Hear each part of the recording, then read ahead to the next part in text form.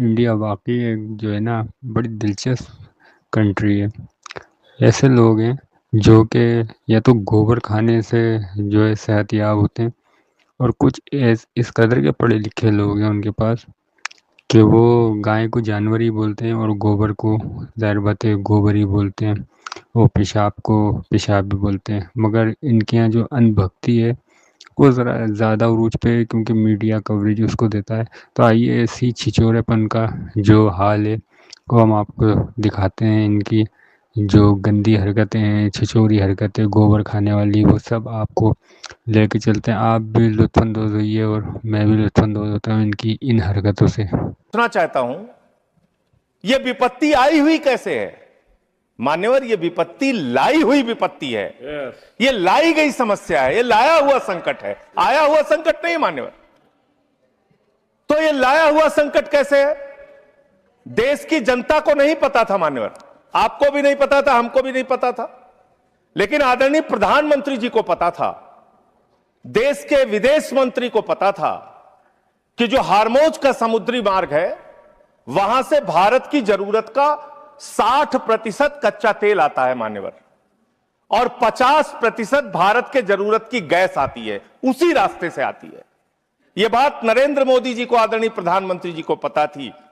तो मैं आपके माध्यम से पूछना चाहता हूं कि जब वो हार्मोज का समुद्री मार्ग 60% से ज्यादा ईरान के रास्ते में आता है, ईरान के कब्जे में आता है, तो ईरान से तू कौन मैं खामखा जबरदस्ती झगड़ा करने की आपको जरूरत क्या थी? इसलिए आपने जानबूझकर देश को संकट में डाला है। यह संकट आया हुआ संकट नहीं है, यह लाया हुआ संकट है, और इस लाए हुए संकट के सबसे बड़े जो प्रायोजित किया है जिन्होंने संकट, उसका नाम है देश के प्रधानमंत्री आदरणीय नरेंद्र मोदी जी। मान्यवर, यह बात देश की जनता को पता होनी चाहिए। दूसरी बात मान्यवर, आपका परंपरागत मित्र है ईरान, और खुद प्रधानमंत्री ने माना है। प्रधानमंत्री जी जब गए थे ईरान की यात्रा में, उन्होंने कहा भारत और ईरान की दोस्ती इतिहास से भी पुरानी है। यह प्रधानमंत्री के वक्तव्य हैं। उन्होंने खामेनेई जी को कुरान की पांडुलिपि भेंट की थी 7वीं शताब्दी की मान्यवर। उन्होंने चाबार पोर्ट का समझौता किया था, जिसका बखान प्रधानमंत्री ने खूब किया कि भारत का व्यापार बढ़ जाएगा, पाकिस्तान की अब हमें जरूरत नहीं पड़ेगी, अब हम अपना एक अलग रास्ता बना के और भारत के व्यापार को बढ़ाएंगे। और वहां पर सरकार ने सैकड़ों करोड़ रुपए चाबार पोर्ट पे वेस्ट किया। 2019 तक भारत को ईरान से सस्ता तेल मिलता था, रुपए में तेल मिलता था, गैस मिलती थी, हमारा मित्रतापूर्ण संबंध था उनसे। लेकिन भारत के प्रधानमंत्री खामेनेई की मौत पे खामोश रहते हैं। 160 स्कूली बच्चे मार दिए जाते हैं, खामोश रहते हैं। और इतना ही नहीं मान्यवर, ईरानी नौसेना को हमने अपने युद्धाभ्यास में बुलाया, और जब वो नौसेना का जहाज वापस जा रहा था, 100 नौसैनिक मार दिए गए ईरान के, अमेरिका के द्वारा। प्रधानमंत्री खामोश। हमारे मेहमान मारे गए, एक शोक संवेदना के शब्द हमने नहीं बोले। तो यह संकट भारत के ऊपर आपने लाया है, यह आया हुआ संकट नहीं है। मैं फिर से स्पष्ट करना, देखिए मान्यवर, भगौड़ा इस समय कौन है पूरा देश जान रहा है। भगौड़ों के बारे में मत कहिए। देश का प्रधानमंत्री गैस के संकट के इस समय में किस गुफा में छुपा हुआ है, पहले उसको निकाल के लाइए। आप पहले उसको निकाल के लाइए। प्रधानमंत्री किस गुफा में छुपे हुए हैं? प्रधानमंत्री के बारे में आप हमारे ऊपर टिप्पणी कर रहे हैं, का प्रयोग नहीं करेंगे। आप हमारे ऊपर टिप्पणी कर रहे हैं, ये आप हमारे ऊपर टिप्पणी कर रहे हैं।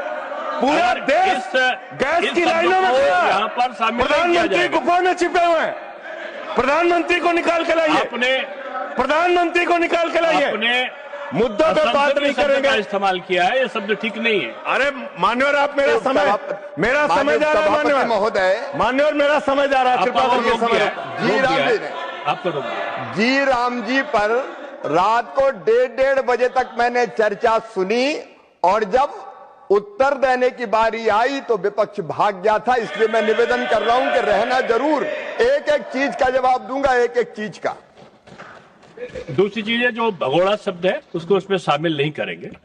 जी मान्यवर, बात करते हैं ग्रामीण विकास की। आप बात कर रहे हैं, उज्ज्वला स्कीम के तहत 8 से 10 करोड़ सिलेंडर गांव में आपने बांटे हैं, और 10 से 11 करोड़ सिलेंडर के कनेक्शन लोगों ने अपने आप से लिए हैं। 21 करोड़ सिलेंडर के कनेक्शन गांवों में हैं। मैं आपके माध्यम से इस सरकार से पूछना चाहता हूं, मध्य एशिया के अंदर जो युद्ध चल रहा है इजराइल और अमेरिका और ईरान के बीच में, आप क्यों इजराइल की चमचागिरी में खड़े हो गए, जिसके कारण से हिंदुस्तान को आज गैस का संकट भुगतना पड़ रहा है। पूरा देश लाइन में खड़ा है, गांव लाइन में खड़ा है, शहर लाइन में खड़ा है, एक एक इलाका लाइन में खड़ा है। होटल बंद हो रहे हैं मान्यवर, मोरवी के अंदर गुजरात में टाइल्स की फैक्ट्रियां बंद हो रही है मान्यवर। आपने क्या हालत की है। आप राज्यों के साथ न्याय नहीं करते, आप ग्रामीण व्यवस्था